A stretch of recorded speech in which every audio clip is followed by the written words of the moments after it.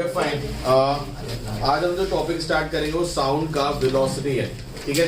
तो अगर हम लोगों ने प्रीवियस क्लास में क्या पढ़ा था कि sound is a wave, wave है, तो वेव पे क्या होता है, वेव लेंथ, वेव की क्या होती है, और फ्रीक्वेंसी, यानी number of wave passing through a point in 1 second. कितनी भी वेव पास कर रही है एक पॉइंट में, एक सेकंड में कितनी वेव पास कर रही है एक पॉइंट से, उसको फ्रीक्वेंसी कहते हैं। फ्रीक्वेंसी हमने मैथ्स में पढ़ी है। मैथ्स फ्रीक्वेंसी में क्या होता है कि भाई कितनी बार वो चीज अकर कर रही है। मान लो ये वेव है, ठीक है, ऐसी वेव यहां से कितनी निकल गई, ऐसी वेव यहां से कितनी निकली, वो उसकी फ्रीक्वेंसी बोलता है। समझ में आया? और वेवलेंथ यहां से लेके यहां तक का डिस्टेंस, ये वेवलेंथ है, ठीक है। इसे हम किससे रिप्रेजेंट करते हैं, लैम्डा। किससे रिप्रेजेंट करते हैं, उल्टा वाई जैसा ग्रीक सिंबल होता है लैम्डा। क्या बोलते हैं इसे? तो अगर मैं वेलोसिटी का देसी फॉर्मूले की बात करूं तो डिस्प्लेसमेंट अपॉन टाइम। कोई डाउट है किसी को? भाई ये तो हमने सबने पढ़ा है, वेलोसिटी को डिस्प्लेसमेंट अपॉन टाइम, ठीक है। अगर साउंड वेव की फॉर्म में ट्रेवल कर रही है, अगर साउंड वेव की फॉर्म में ट्रेवल कर रही है, तो वेव जितना डिस्टेंस ट्रेवल करेगी वही उसका डिस्टेंस होगा। Yes sir. भाई अगर साउंड वेव की फॉर्म में, एच वाली वेव नहीं, कंप्रेशन और रेडिफिकेशन में जो ट्रेवल करती है, उस वेव में अगर वो ट्रेवल कर रही है तो ऑब्वियसली वो जितना डिस्टेंस वो मूव कर रहा है पार्टिकल, वही उसका डिस्प्लेसमेंट हुआ। और एक्चुअल में वो वेव है या पार्टिकल का मूवमेंट है, वो एक ही चीज है। पार्टिकल जो मूव करता है वही उसकी वेवलेंथ है। पार्टिकल जो मूव करके बनाता है, प्रीवियस वीडियो में देखा है, पार्टिकल जो मूव करके बनाता है वही उसकी क्या कहलाती है, वेवलेंथ कहलाती है। और वही चीज अगर मैं बोलूं कि अगर वो मूवमेंट कर रहा है तो क्या वो डिस्प्लेसमेंट नहीं है? वही डिस्प्लेसमेंट है। तो हम यहाँ पे डिस्प्लेसमेंट को, अगर हम एक वेव की बात करूं, सिर्फ एक पार्टिकल को कंसीडर करूं, तो एक पार्टिकल कितना डिस्टेंस ट्रेवल कर रहा है अपनी वेवलेंथ के बराबर। तो मैंने वेवलेंथ लिख दिया डिस्प्लेसमेंट की जगह। इतनी बात समझ में आई नहीं है?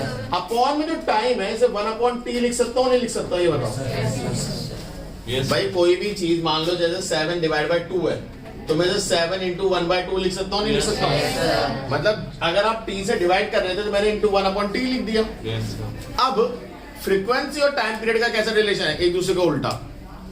अगर टाइम पीरियड पता है तो फ्रीक्वेंसी के लिए रेसिप्रोकल कर दो, और फ्रीक्वेंसी पता है तो टाइम पीरियड के लिए रेसिप्रोकल कर दो। किसी को रीजन पता है क्यों? नहीं पता? अब सुनो ध्यान से। मान लो एक वेव है जो पास कर रही है, उसका टाइम पीरियड है उसका आपका मान लो 0.05 सेकेंड। 0.05 सेकेंड उसका टाइम पीरियड है। समझ में आया? मतलब टाइम पीरियड कितना, टाइम कितना है, 0.05 सेकेंड। फ्रीक्वेंसी की डेफिनेशन मैंने अभी आपको क्या बताई थी, the number of wave passing in 1 second. क्या ये 1 सेकेंड है? हाँ मुझे। इसका मतलब अगर मैं ऐसा उल्टा लिखूं कि 0.05 सेकेंड टेकन बाय 1 वेव, गलत तो नहीं बोल रहा? yes, तो 1 सेकेंड टेकन बाय कितना, 1/0.05 लिख सकता हूँ। पॉइंट डालूंगा 100 आएगा, 5 × 5 20, यानी कितनी वेव, 20 वेव। यानी एक सेकंड में कितनी वेव निकली, 20। सॉरी सेकंड 20 वेव निकली। सही है ना? तो क्या ये उसकी फ्रीक्वेंसी नहीं है? बताओ ना। जो सुनो, मैंने क्या बोला, टाइम पीरियड कितना है, 0.05 सेकेंड। मैंने बोला उसको उल्टा लिखा, 0.05 सेकेंड टेकन बाय 1 वेव। क्या लिखा, 0.05 सेकेंड टेकन बाय 1 वेव। तो एक सेकंड में कितनी वेव होगी, इसे रेसिप्रोकल कर दो, तो इसे डिवाइड कर देंगे, कितनी वेव आई, कितने सेकंड में, तो क्या ये इसकी फ्रीक्वेंसी है? मतलब एक सेकंड में इस पॉइंट से कितनी वेव पास कर गई, 20। कोई डाउट है तो बताओ फटाफट। किसी को डाउट है इसमें? ये इसकी फ्रीक्वेंसी, यानी 1/टाइम पीरियड क्या है, फ्रीक्वेंसी क्या है? कोई डाउट है? देखो ना, ये टाइम पीरियड था, इसी को मैंने रेसिप्रोकल करा है 1/0.05 सेकेंड। तो क्या आया, फ्रीक्वेंसी। मतलब अगर किसी टाइम का वेव t सेकंड है तो मैं इसे लिख सकता हूँ t सेकंड में 1 वेव निकल रही है, तो 1 सेकंड में कितनी वेव निकलेगी, 1/t वेव निकलेगी। तो 1/टाइम पीरियड जो होता है वो क्या कहलाता है, फ्रीक्वेंसी कहलाता है। याद रखना। तो वो मैंने यहाँ लिख दिया। तो यानी वेलोसिटी का नया फॉर्मूला तुम्हारे पास आया, फ्रीक्वेंसी इनटू वेवलेंथ। तो velocity equals to wavelength into frequency. बोलो, कट कर दे, वीडियो बंद हो जाएगी। नहीं होगी, पार्ट 2 पार्ट 1 बाद में दे। ठीक है, हो गया? इतनी बात समझ में आया? ये बताओ, velocity equals to wavelength into frequency, formula समझ में आया? Yes sir. अब इसमें सिर्फ छोटी सी एक बात मैं आपसे पूछता हूँ, वेलोसिटी वेवलेंथ के डायरेक्टली प्रोपोर्शनल है? वेलोसिटी फ्रीक्वेंसी के डायरेक्टली प्रोपोर्शनल है? मतलब वेवलेंथ बढ़ाओगे तो वेलोसिटी बढ़ेगी, फ्रीक्वेंसी बढ़ाओगे तो भी फ्रीक्वेंसी वेलोसिटी बढ़ेगी। मतलब अगर एक वेव की वेवलेंथ बढ़ी है तो ऑब्वियसली उसकी वेलोसिटी भी बढ़ेगी। मतलब एक नॉर्मल वेव थी, मैंने खींच के उसकी फ्रीक्वेंसी, उसकी वेवलेंथ बढ़ा दी तो उसकी वेलोसिटी भी बढ़ेगी, क्योंकि वो अब ज्यादा डिस्टेंस ट्रेवल करे। सोचो ना, सिंपल, मैं अगर कह रहा हूँ भाई एक सेकंड, अगर एक वेलोसिटी है 5 मीटर पर सेकंड, तो क्या बोलते हो कि एक सेकंड में 5 मीटर डिस्टेंस चल रहा है। मैं कह रहा उसी बंदे को मैंने खींच के और लंबा लंबा कुदवा रहा हूँ, 8-8 मीटर कुदवा रहा हूँ, तो अब उसकी स्पीड 8 मीटर पर सेकंड नहीं हो गई एक ही सेकंड में? तो उसकी स्पीड बढ़ी या घटी? अब वेवलेंथ में सोचो, एक वेव 1 मीटर डिस्टेंस ले रही थी, ये उसकी वेव थी, अब वो 2 मीटर डिस्टेंस ले रही है, तो डिस्टेंस बढ़ा नहीं बढ़ा? तो वेलोसिटी नहीं बढ़ी? एक सेकंड में, पहले वो 1 मीटर ले रही थी, अब वो 1 सेकंड में कितना ले रही है? 2 मीटर पर सेकंड। समझ में आई बात? अगर अब 1 सेकंड के बाद फ्रीक्वेंसी के बेसिस पे, फ्रीक्वेंसी क्या कहता है? 1 सेकंड में जितनी वेव निकली, अगर 1 सेकंड में एक ही वेव निकल रही है तो भाई इतना ही तो डिस्टेंस ट्रेवल कर रही है। Yes sir. 1 सेकंड में 2 वेव निकल गई तो 2 डिस्टेंस ट्रेवल कर रही है, इतना बड़ा। तो जितनी फ्रीक्वेंसी यानी जितनी नंबर ऑफ वेव बढ़ रही है तो भी वेलोसिटी बढ़ रही है। कोई डाउट है तो बताओ, समझ में आया? नोट कर लो। The velocity of sound is different in different medium. It's depend on first elasticity of medium and second density of the medium. Okay, elasticity of the medium से क्या समझते हो? कि पार्टिकल मूव करके अपनी पोजीशन पे वापस आ रहे हैं, that is known as elasticity of the medium. Elastic क्या होता है? आप कोई भी चीज को खींचते हो, वो वापस अपनी पोजीशन पे आती है, that property is known as elasticity, और जो कि आप लोग क्लास 11th में बहुत डिटेल में पढ़ने वाले, तो मैं उसको घुसना नहीं चाहता। तो इलास्टिसिटी का मतलब सिंपल है कि पार्टिकल अपने वेव में गए वापस आए, क्योंकि हमारी हमने पढ़ा था साउंड कैसे ट्रेवल करती है, ऐसे। इमेजिन करो इलास्टिसिटी नहीं है, पार्टिकल गया वापस ही नहीं आ रहा, तो क्या ऑसिलेशन होगा? कंप्रेशन एम्प्लीफिकेशन बनेगा? धक्का देगा, आगे गिरा देगा अंदर को, क्या हो गया? तो कंप्रेशन और एम्प्लीफिकेशन तो बना ही नहीं। तो इलास्टिसिटी नहीं है मीडियम में तो वेलोसिटी बढ़ेगी तो घट जाएगी। समझ में? इसलिए इलास्टिसिटी, तुमने जो फॉर्मूला लिखा है उसमें इलास्टिसिटी न्यूमरेटर में देखो ध्यान से, velocity equals to elasticity under root density, देख रहा है? फिर अब डेंसिटी के ऊपर बात आता है कि डेंसिटी से कैसे है वो इनवर्सली, यही है ना ये दोनों में। देखो फॉर्मूला रीड कर बच्चे, जहां पे रीड करा था। हाँ, The velocity of sound is different in different medium. Different in different medium. आगे, It depends upon elasticity of and density. Density. और हमारे बहुत pronounce scientist Newton, sir Isaac Newton ने इस पे रिसर्च करी, पर आइडियली वो एक गलत ट्रैक पे चले गए। अब सुनना भैया ध्यान से, ये है थोड़ा डिटेलिंग में जो हमें जाना है। 2 तरीके की चेंजेस हम देखने को मिलता है हर सिस्टम में। 2 तरीके कौन कौन से चेंज होते हैं? एक होता है आइसोथर्मल, एक होता है एडियाबैटिक। आइसोथर्मल, एडियाबैटिक और आइसोबोरिक भी होता है, बट अभी हम उसे नहीं पढ़ रहे। आइसोथर्मल क्या होता है? जिसमें टेम्परेचर चेंज नहीं होता। अब ध्यान से सुनो, होता क्या है, मान लो कोई चीज है पिस्टन की तरह और आप इसमें प्रेशर लगा रहे हो, तो क्या होगा? जब प्रेशर लगाओगे तो कहीं ना कहीं ये दबेगा, वर्क डन होगा। जब कोई चीज को आप दबाते हो, गैस को खास तौर पर, उसका टेम्परेचर हमेशा बढ़ता है। ये चीज आप 11th में सीखोगे भी, प्रैक्टिकली सीखोगे। जब आप किसी चीज को दबाते हो तो क्योंकि आपने ये तो गैस लॉ में ये तो पढ़ लिया होगा, P1 V1 केमिस्ट्री में upon P1 equal to P2 V2 upon T2। Yes sir. और एक ये पढ़ा होगा PV equal to nRT। Yes sir. पढ़े ये दोनों चीजें। तो अब इसमें क्या हो रहा है जरा मुझे बताओ, इसमें क्या हो रहा है? इसमें अगर आप एक भी चीज में चेंज लाओगे तो V1 और T1 में चेंज आएगा नहीं आएगा? तो अगर मैं कह रहा हूं मैं यहाँ प्रेशर में चेंज ला रहा हूँ, ऊपर से प्रेशर दबाव बढ़ा रहा हूँ, तो टेम्परेचर नहीं बढ़ेगा, वॉल्यूम तो कम हो रहा है, पर टेम्परेचर में भी चेंज आएगा। और मैं किस प्रोसेस की बात कर रहा हूँ? आइसोथर्मल। टेम्परेचर में तो चेंज आना नहीं चाहिए था, पर टेम्परेचर में तो चेंज आ रहा है, तो हम उस टेम्परेचर के चेंज को कैसे हटा सकते हैं? इस प्रोसेस को स्लो करके। मैंने दबाया हल्का सा तो वॉल्यूम में चेंज आया, टेम्परेचर में भी चेंज आया होगा। बट अगर मैं यहाँ पे एक ऐसा मीडियम लगा दूं जो क्या करे, इस सिस्टम से हीट को एब्जॉर्ब करे और बाहर फेंक दे, तो टेम्परेचर बढ़ेगा अंदर का, थोड़ी देर के लिए चेंज हुआ होगा, बट उसने हीट एब्जॉर्ब करके बाहर फेंक दी, तो टेम्परेचर का चेंज तो हुआ ही नहीं। फिर मैंने थोड़ा सा और प्रेशर बढ़ाया, थोड़ा सा वॉल्यूम और कम हुआ, टेम्परेचर में शायद थोड़ा चेंज आया होगा, बट क्योंकि ये कैसी है, कंडक्टिंग वॉल्स, इसने पकड़ के बाहर खींच दिया होगा। ऐसे प्रोसेस को बोलते हैं आइसोथर्मल। क्या बोलते हैं जी? आइसोथर्मल। और हमारे सर आइजैक न्यूटन ने इस केस को स्टडी करा, क्योंकि इमेजिन करो मॉलिक्यूल्स एक दूसरे को धक्का दे रहे हैं, तो प्रेशर कम हो रहा, प्रेशर बढ़ रहा होगा जब तो वॉल्यूम कम हो रहा है। तो यही कॉन्सेप्ट एयर के मॉलिक्यूल्स में भी हो रहा था जब वो ट्रेवल करा रहे थे साउंड को। समझ में आ रहा है? और उन्होंने उसी चीज को कंसीडर करा आइसोथर्मल, और उसके बेसिस पे उन्होंने क्या वॉल्यूम वेलोसिटी का फॉर्मूला बनाया, V equals to pressure divide by the density, मतलब वेलोसिटी को उन्होंने रिप्लेस करा प्रेशर से, और उसको जब उन्होंने वैल्यूज डाली तो उन्होंने आंसर क्या 278। बट आप लोगों ने क्लास 9 में पढ़ा था कि कोई भी फॉर्मूला ऐसा नहीं बन जाता कि चलो उठता है फॉर्मूला बना दे, नहीं ऐसे नहीं बनता। फॉर्मूले को वेरीफाई कराया जाता है फिजिकल ऑब्जर्वेशंस के द्वारा, एक्सपेरिमेंट्स के द्वारा। तो बट जब एक्सपेरिमेंट वैल्यूज देखी तो साउंड की एक्सपेरिमेंट वैल्यू आ रही थी 330 मीटर पर सेकंड। कितनी आ रही थी? 330 मीटर पर सेकंड।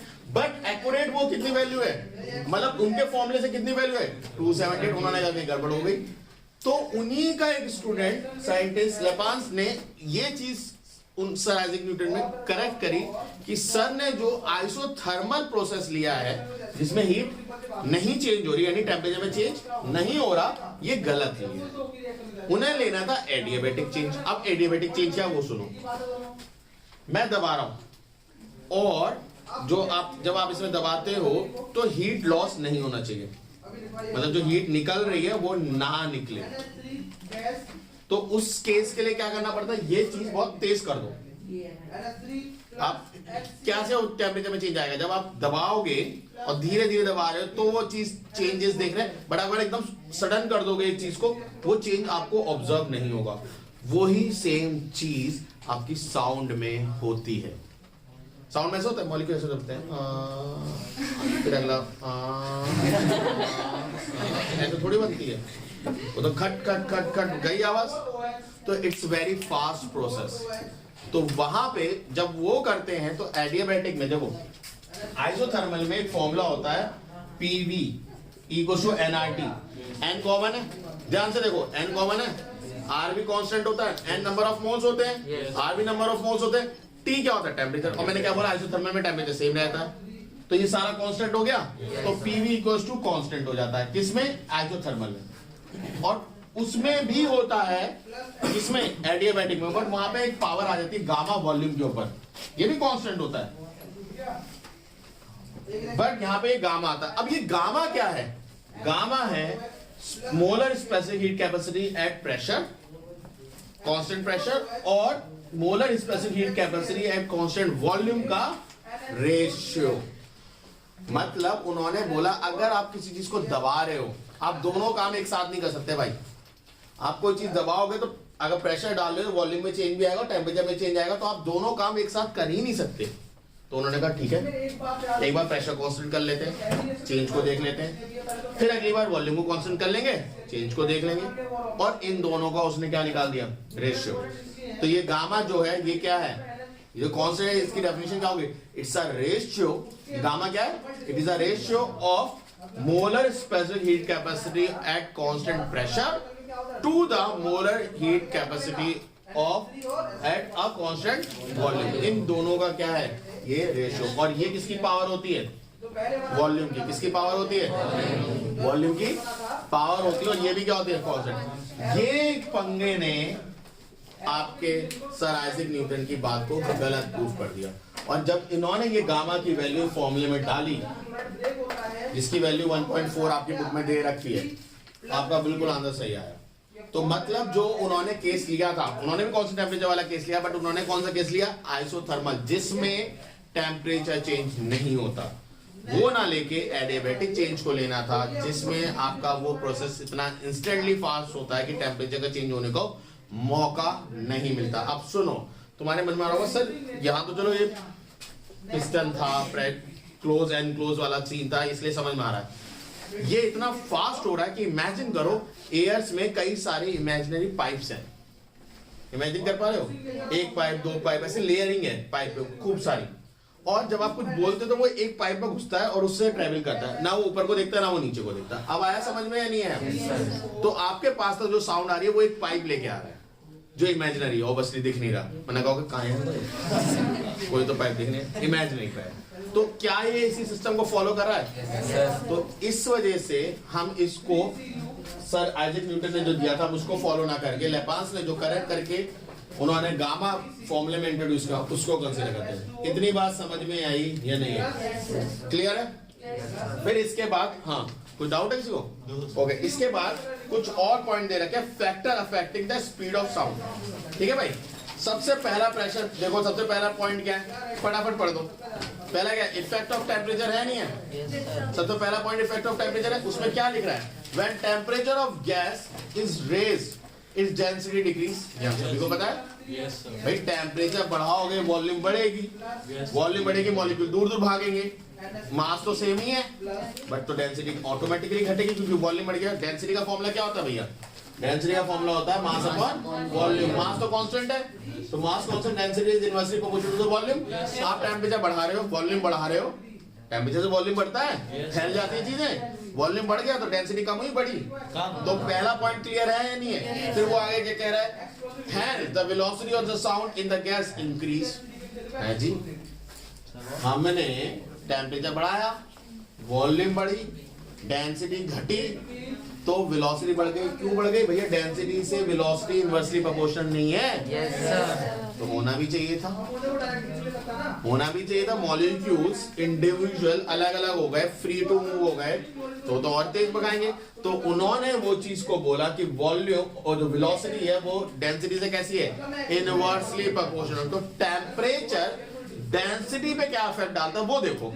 तो हमने बोला भाई जब आप टेम्परेचर देते हो तो वॉल्यूम बढ़ती है और वॉल्यूम डेंसिटी को घटाता है, डेंसिटी कम होगी तो वेलोसिटी बढ़ जाएगी। पॉइंट क्लियर है या नहीं? पहला पॉइंट क्लियर। दूसरा पॉइंट पढ़ो फटाफट, क्या कह रहा है? Effect of pressure, effect of pressure. इसी में जरा फटाफट नीचे वाली लाइन पे आ जाओ, ये वाला जो फॉर्मूला था इसमें उन्होंने क्या बोला, the ratio of P by D is equal to constant, that there is no change in the velocity of the sound by changing the pressure। यानी अगर आप प्रेशर बढ़ाते हो, अब ये कई बच्चों के मन में होता है सब प्रेशर दबाएंगे तो मॉलिक्यूल तो पास पास आ जाएंगे, एक दूसरे से टकराएंगे तो होगा। भैया बहुत सही, प्रेशर दबाया आपने, बिल्कुल सही बोला, मॉलिक्यूल्स पास पास आ गए, एक दूसरे को टकराव ज्यादा होगा, डेंसिटी भी तो बढ़ गई।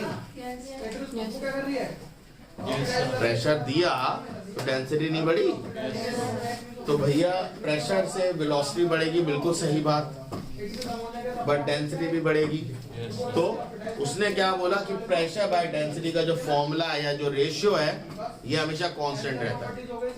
मतलब अगर आप प्रेशर बढ़ाओगे, मान लो ये 2/4 है या 1/2 है, ये रेशियो 1/2 है, मैं कह रहा हूँ नहीं नहीं नहीं, मैंने ना प्रेशर को बढ़ा के दुगना कर दिया, तो क्या कर दिया, डेंसिटी भी तो दुगनी हो गई, कर लो, रेशियो तो अभी भी 1/2 है। नहीं नहीं मैंने 3 गुना कर दिया, तो कर लो, वो भी 6 टाइम्स हो गया, तो 1/2 रेशियो चेंज हुआ, तो वो इससे जो लैम्डा से मल्टीप्लाई होने वाला है, गामा से जो मल्टीप्लाई होने वाला है, ये चेंज होगा? ये तो हमेशा फिक्स है।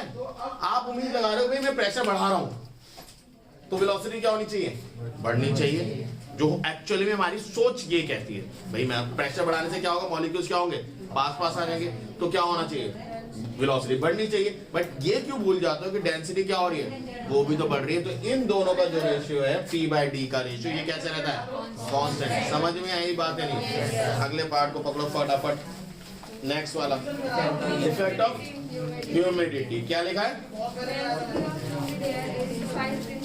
More than the velocity of air. तो क्या लिखा है, density of humid air is 5/8 times the density of dry air. तो डेंसिटी 5/8, ये बताओ 1 से बड़ा है कम है? 5/8 को डिवाइड कर लो तो क्या आएगा? 0 पॉइंट समथिंग आएगा, यानी 1 से तो छोटा है। तो ह्यूमिडिटी डेंसिटी बढ़ा रहा है घटा रहा है? नहीं समझ में आया? बढ़ाना। सुनो, यहाँ पे लिखा है डेंसिटी ऑफ ह्यूमिड H लिख रहा हूँ air equals to 5/8 density of dry air, है ना? यही लिखा है। डेंसिटी ऑफ ड्राई एयर मान लो 1 थी,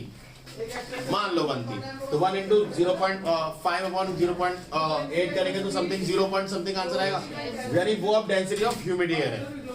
डेंसिटी कम हुई बड़ी? डेंसिटी 1 मानी थी इसकी, 1 में 5/8 मल्टीप्लाई कर रहे हो तो 0 पॉइंट समथिंग आ रहा है, ऐसे डिवाइड ही कर लो तुम, कितना आएगा बताओ? 0.625 पक्का? Yes. 0 हाँ यही आ रहा है ना? देखना यही आ रहा है? Yes, sir. ओके, तो ये वैल्यू अब डेंसिटी ऑफ एयर नहीं होगी, ह्यूमिड एयर, तो अब डेंसिटी वेलोसिटी से कैसे रिलेट करती थी बताओ भाई? इनवर्सली। तो डेंसिटी कम हुई है बड़ी? कम। डेंसिटी कम हुई तो वेलोसिटी बढ़नी चाहिए थी घटनी चाहिए थी? बढ़नी चाहिए। तो ह्यूमिड एयर में वेलोसिटी क्या हो जाती है? बढ़ जाती है। समझ में आया या नहीं आया? अब मैं अगर आपसे पूछूं कि डेंसिटी कम कैसे हो गई, कोई मुझे बता सकता है? ये तो 5/8 इन्होंने फैक्टर दे दिया, बट कोई लॉजिकली मुझे बता सकता है कि डेंसिटी ह्यूमिड एयर में डेंसिटी कम हो रही है सर, क्यों? सोचो। हम किसकी डेंसिटी की बात कर रहे हैं? एयर। कौन बनाता होगा एयर के मॉलिक्यूल्स? कौन सी एयर? हाइड्रोजन, नाइट्रोजन, ऑक्सीजन, ये सारी एयर के मॉलिक्यूल्स। हम इसमें किसको बढ़ाने की बात कर रहे हैं? Water vapour, water molecules. क्या वो एयर में काउंट होंगे? नहीं। तो अब ध्यान से सुनना है मेरी बात। Density equals to mass upon volume. Mass change हो रहा है? मास आप चेंज कर रहे हो? एयर के मॉलिक्यूल्स हवा में जितने थे उतने ही हैं, आप इसकी वॉल्यूम और बढ़ा दे रहे हो। कैसे? क्योंकि अब जो खाली खाली जगह थी, जो तो ऐसी एक्स्ट्रा जगह थी, उसमें आपने क्या घुसेड़ दी है? उसमें वाटर मॉलिक्यूल्स भी घुसेड़ दिए। तो भैया वाटर मॉलिक्यूल्स एयर में तो काउंट होते नहीं, तो वो उसकी वॉल्यूम तो जरूर बढ़ा रहे हैं, बट कंटेंट बढ़ा रहे हैं। मान लो तुम स्टूडेंट्स हो, तुम में पढ़ने वाले बच्चे 20 थे, बेहतरीन पढ़ रहे थे, तो और हमारे पास 20 बच्चे थे और 20 के 20 पूरा A1 रिजल्ट लाते थे, तो हमारी परसेंटेज क्या थी? 100%। मतलब हम टीचर्स जो पढ़ा रहे थे वो 100% रिजल्ट जनरेट कर रहे थे। अब आए 4 बच्चे जो कतई नहीं पढ़ते, 4 साल से फेल हो रहे थे। हमारे पास वो 20 बच्चे भाग गए? नहीं, वो अभी भी है, बट अब बच्चे कितने होंगे हमारे पास? अब क्या हमारा पासिंग परसेंट 100% है? समझे या नहीं समझे? हमारे पासिंग परसेंट गिर गया, वही डेंसिटी ऑफ एयर के साथ होगा। जब ह्यूमिडिटी उसमें घुस गई, वो एयर का कंटेंट तो है नहीं, एयर की तो वैल्यू है नहीं, बट वो एयर की डेंसिटी को क्या कर देता है? कम कर देता है, जिसकी वजह से उसकी वेलोसिटी क्या हो जाएगी? बढ़ जाएगी। क्लियर है या नहीं? नेक्स्ट, फटाफट इफेक्ट ऑफ डेंसिटी कर सकते हो? क्या लिख सकते हो? ज्यादा डेंस होगी तो क्या होगी? कम वेलोसिटी हो जाएगी, और ज्यादा कम डेंसिटी होगी तो ज्यादा velocity। अब डेंसिटी देखो, इन्होंने डेंसिटी से प्रेशर का रिलेशन नहीं रखा है, क्योंकि प्रेशर से तो डेंसिटी पे इफेक्ट पड़ता। अब डेंसिटी बढ़ाने के बहुत सारे तरीके हो सकते हैं, ठीक है? इन्होंने वो रीजन नहीं लिखा। देखो लिखा, since the velocity of the sound in the gas is inversely proportional to the square of the density, under root है ना, स्क्वायर टाइम्स है। The density of velocity of sound is less in dense gases, जहां पे ज्यादा dense gases होंगी वहां पे velocity of sound क्या होगी? कम, और जहां पे थोड़ी कम डेंसिटी होगी वहां पे साउंड क्या होगी? इजीली ट्रेवल करेगी, ठीक है? लास्ट कह रहा है इफेक्ट ऑफ विंड। ये तो सिंपल है, हवा के साथ चिल्लाओगे तो क्या होगा? तुम्हारी आवाज दूर तक जाएगी। हवा के अगेंस्ट चिल्लाओगे तो क्या होगी? तुम्हारी आवाज वहीं की वहीं रह जाएगी। भाई हवा इधर की चल रही है, झंडा देखा है? झंडे के साथ हवा अगर ऐसे चल रही है, मैं उसी के साथ जेवलिन फेंकूं तो मेरा जेवलिन ज्यादा दूर तक जाएगा, और अगर मैं हवा के अगेंस्ट जेवलिन को फेंकूं या कोई भी चीज फेंकूं तो वो रुक जाएगी नहीं रुक जाएगी? तो भाई इतनी बड़ी बॉल रुक सकती है, तो मेरी आवाज नहीं रुक सकती। समझ में? ऑब्वियसली, तो मैं वही बोल रहा हूँ, जब इतना बड़ा इंसान रुकने को रेडी है तो हवा में हमारी आवाज क्या करेगी? वो तो एयर के मॉलिक्यूल है, वो तो लहर जाएगी। समझ में आया? तो वहां पे सिंपल लिखा है, अगर तुम एयर के साथ बोल रहे हो तुम्हारी स्पीड क्या होगी, बढ़ेगी, और अगर एयर के अगेंस्ट बोल रहे हो तो क्या होगा, घट हो जाएगी। क्लियर है? पॉइंट पे कोई डाउट है तो बताओ फटाफट। नेक्स्ट पकड़ो। To find the velocity of sound in air. अब इन्होंने बदतमीजों ने क्या रखा है वो बता देता हूँ। उन्होंने ये एको वाले तरीके से निकाला है साउंड स्पीड की। क्या कि उन्होंने क्या बोला, भाई मैं यहाँ खड़ा हूँ, ठीक, मैंने ताली बजाई एक बहुत बड़े स्पेस में, तो वो कहीं क्लिफ पे जाके टकराई होगी और वहां से टकरा के मेरे पास वापस आएगी, सुन लूंगा मैं, तो साउंड कैसे गई होगी, टक टक टक टक टक टक टक टक टक टक टकराई वापस आई, टक टक टक टक टक टक, मैंने सुन ली। समझ में आया? यही तो होती है साउंड। भाई मैं कुछ भी बोलता हूँ वो कहते हैं ना हेलो हेलो, बाद में आवाज आती है, वो वाला सीन। ठीक है, अब एक बहुत बड़ी पहाड़ी के सामने जाके दे रहा है हेलो, वहां से आवाज आ रही है हेलो, तो वो कैसे आ रही है, हेलो गई, टकराई, मैंने कहा हाँ, ठीक है, फिर वहां पे वैलेंटाइन डे बन जाता है। ठीक, तो वहां पे क्या हुआ, वहां पे जब आपने साउंड बोली तो वो कितना डिस्टेंस ट्रेवल करी, आपसे लेके क्लिफ तक का डिस्टेंस, और फिर दोबारा क्लिफ से लेके आप तक का डिस्टेंस, तो कितना डिस्टेंस ट्रेवल करी, डी प्लस डी, तो कितना डिस्टेंस हो गया, 2D, तो कितना डिस्टेंस हो गया, 2D। और स्टॉप वॉच रखो, तुमने बोला हेलो, स्टॉप वॉच चालू, सुनाई दिया हेलो, स्टॉप वॉच बंद, टाइम आ गया, डिवाइड बाय टाइम, तो ये वेलोसिटी हो जाएगी नहीं हो जाएगी? समझ में आई या नहीं आई? तो इससे तुम वेलोसिटी और साउंड निकाल सकते हो, वही लिखा हुआ है उन्होंने। ठीक है, समझ में आया या नहीं आया? अब comparison of speed of sound with light है वो अपने आप कर लेना। ठीक है, इसके कुछ क्वेश्चन आंसर वो करना। रेंज ऑफ हियरिंग, ये मैं ऑलरेडी बता चुका हूँ, क्या होती है range of hearing, 20 hertz to 20,000 hertz, ये मैंने 1000 बताया। 20 हर्ट्ज से जो नीचे होती है उसे क्या बोलते हैं, इंफ्रासोनिक। 20,000 हर्ट्ज से ऊपर वाले को क्या बोलते हैं, अल्ट्रासोनिक, और 50,000 हर्ट्ज से भी ऊपर होते हैं उसे क्या बोलते हैं, सुपरसोनिक। जो कतई सुन लोगे तो बस मजा आ जाएगा, कान के पर्दे फाड़ लोगे। Okay, ultra sound and its application. Ultrasonic जो साउंड होती हैं वो कहाँ यूज होती हैं, उनका आप लोगों ने वर्ड सुना होगा मेडिकल में, अल्ट्रासाउंड सुना है? क्या होता है, वो पेट लेके देखते हो, ये रहा स्टोन, ये कंकड़ खा रखे तूने, ठीक है, ठीक, तो वो क्या करते हैं, वो उस साउंड को आपके पेट में भेजते हैं, एंड देन वो आपके मेम्ब्रेन से या जहाँ भी पोर्शन है उसमें वो टकरा के उससे एक पिक्चर देती है, तो उसका एक मेडिकल यूज भी है। और कहाँ यूज है, साउंड रेंजिंग में। कभी मूवी देखी है, हमारी तरफ मिसाइल आ रही है और ऐसे दंग दंग दंग घूमता रहता होता है, उसमें दिख रही होती है मिसाइल इतनी दूर पहुंच गई, फिर इतनी दूर पहुंच गई, फिर इतनी दूर पहुंच गई, देखा है? वो जो घूम रहा है वो क्या है, सोनार और रेडार, रेंजिंग जो यूज होती है, वो क्या कर रही है, वो साउंड भेजती है, उससे टकराती है और वापस आती है। बैट भी तो इसी का यूज करती है अपने ट्रैवल करने के लिए, बैट चमगादड़, बैटमैन नहीं, ठीक है, वो भी इसी का यूज करते हैं टू ट्रैवल। वो क्या करती है, साउंड प्रोड्यूस करती है, अगर सामने कोई ऑब्स्टिकल नहीं है तो टकराएगी नहीं, और टकराएगी नहीं तो सुनाई देगी नहीं, बट जैसे ही एक ऑब्स्टिकल सामने आया तो टकराई और वापस आई, तो उसे पता चल जाता है ओके सामने कोई ऑब्स्टिकल है, वो अपना रास्ता बदल देते हैं।